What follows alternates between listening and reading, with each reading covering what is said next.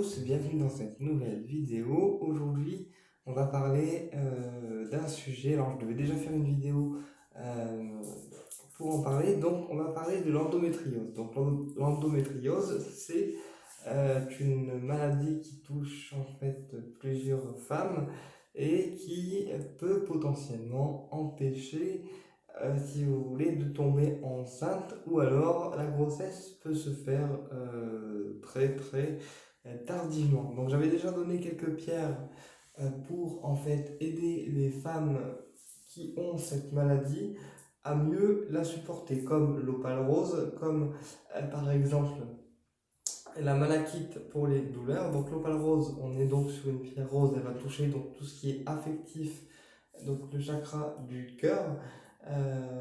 Et la malachite va toucher elle également le chakra du cœur, mais c'est une pierre qui va agir comme étant un anti-inflammatoire. Donc l'opale rose, elle va agir en fait contre les douleurs liées à l'endométriose. Et puis naturellement, comme on est sur une pierre rose, ça sera une pierre qui va être donc maternelle. Et la malachite va être une pierre qui va, elle, agir comme étant un antidouleur, anti-inflammatoire. Et comme on est sur une pierre verte, comme j'expliquais, elle va toucher le chakra également du cœur, comme la pierre rose, comme les pierres roses, pardon.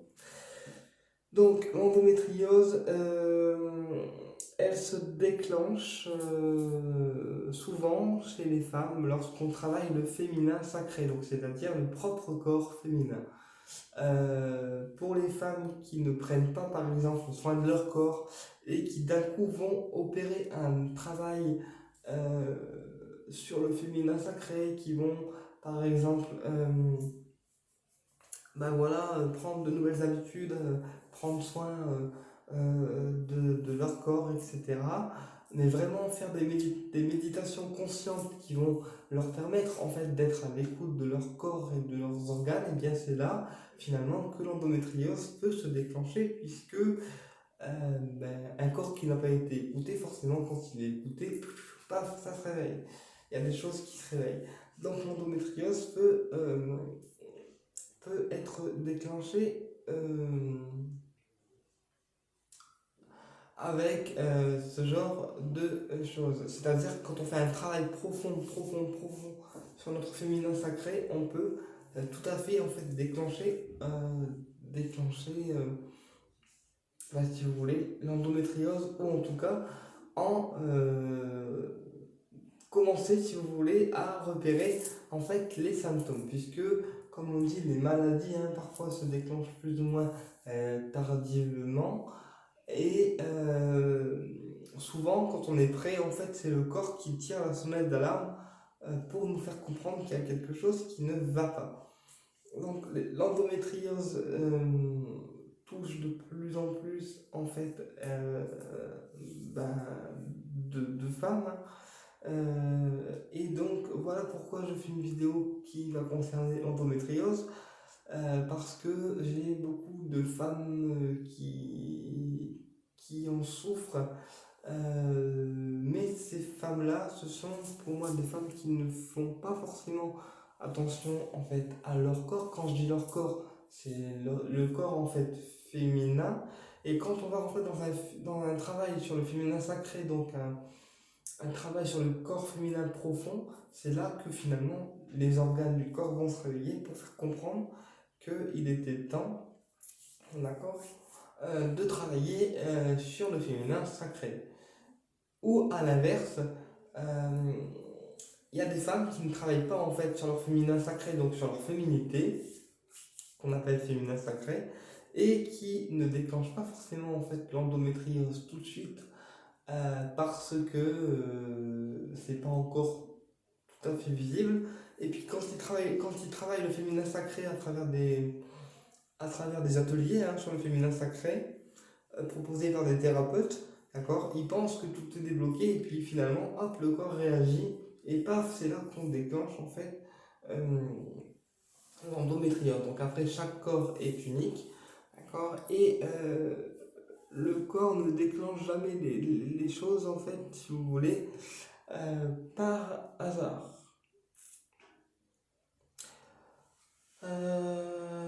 Donc voilà. Après, je rappelle également que pour l'endométriose, il y a des thérapeutes énergétiques et il y a des soins énergétiques qui peuvent vous soulager. Je rappelle encore une fois que ça ne remplace pas la médecine physique, sauf si la médecine physique s'allie en fait, enfin, s'associe pardon à la médecine naturelle, comme nous avec avec le magnétisme ou la lithothérapie, mais la médecine physique a beaucoup de mal, si vous voulez, à finalement s'associer à la médecine naturelle.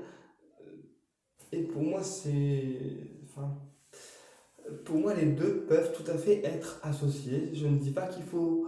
Je ne dis pas il y a une médecine plus forte que l'autre, mais ensemble, on peut peut-être, si vous voulez, amener à une médecine à la fois médicamenteuse et à la fois naturelle. Ça permettrait d'avoir un équilibre et aussi de ne pas toujours avoir recours aux médicaments. euh, pour pouvoir se soigner. D'ailleurs, j'ai entendu parler comme quoi les sophrologues et les thérapeutes énergétiques étaient de plus en plus en fait critiqués ou descendus ou etc. Mais voilà, un sophrologue, à partir du moment où il fait du bien à la personne, à partir du moment où la personne ressort apaisée et bien de cette séance, pourquoi un sophrologue n'aurait pas autant de résultats qu'un médecin? Et pourquoi un magnétiseur n'aurait pas autant de résultats qu'un médecin? Puisque je vous le rappelle, on est tous énergie. C'est-à-dire que dans notre corps, pour que les membres fonctionnent, il y a le sang, mais il y a aussi l'énergie, l'électricité statique qu'on dégage en chacun de nous, si vous voulez, qui peut en fait permettre la guérison, qu'on appelle également énergie universelle. Donc pour moi, la médecine alternative peut parfaitement être compatible pour en fait apaiser l'endométriose euh, chez les femmes. Voilà. Euh, Qu'est-ce que je voulais vous dire aussi? Alors oui, tant qu'on est dans l'endométriose, je vais donner également quelques pierres qui pourront apaiser déjà l'endométriose, donc l'opale rose et la malachite, qui sont des pierres qui vont toucher le domaine affectif et aussi des douleurs liées à cette endométriose. Et je vais aussi euh, donner quelques pierres là-dedans parce que l'endométriose c'est une chose, mais j'ai aussi des femmes qui ont des règles parfois qui peuvent être en fait douloureuses ou qui peuvent se sentir déréglées au niveau du cycle au niveau du cycle des règles. Donc on va donner aujourd'hui quelques pierres qui vont permettre en fait de régler ou re-régler le système hormonal. Donc on a là l'hématite. L'hématite qui est une pierre grise qui peut également devenir en fait rouge parfois. Donc l'hématite qui est une pierre grise qui peut parfois être un petit peu rouge, qui va elle régler le flux sanguin, qui va elle régler en fait tout ce qui est système immunitaire. En ce sens-là, elle va parfaitement en fait régler le flux sanguin et permettre peut-être également une meilleure circulation au niveau du sang. Euh, Au niveau sanguin, on peut également associer euh,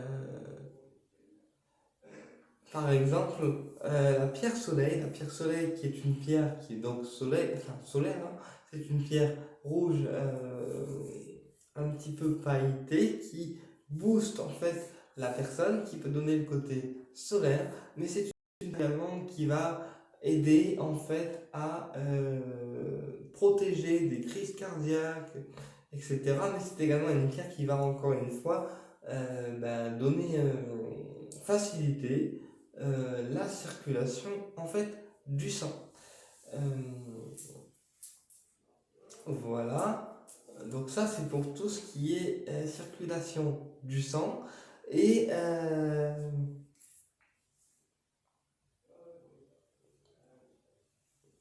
qu'est-ce que je voulais vous dire également. Euh, pour tout ce qui est féminité, donc féminité à proprement parler, hein, féminité du corps, féminité de la femme, féminité voilà le côté féminin aussi, hein. On peut utiliser également la pierre de lune qui va, elle, en fait, va aider dans les cas de grossesse, puisque ce n'est pas parce on a l'endométriose que une grossesse est impossible, elle prend juste un petit peu plus de temps, mais la pierre de lune peut être également une pierre qui va aider en fait à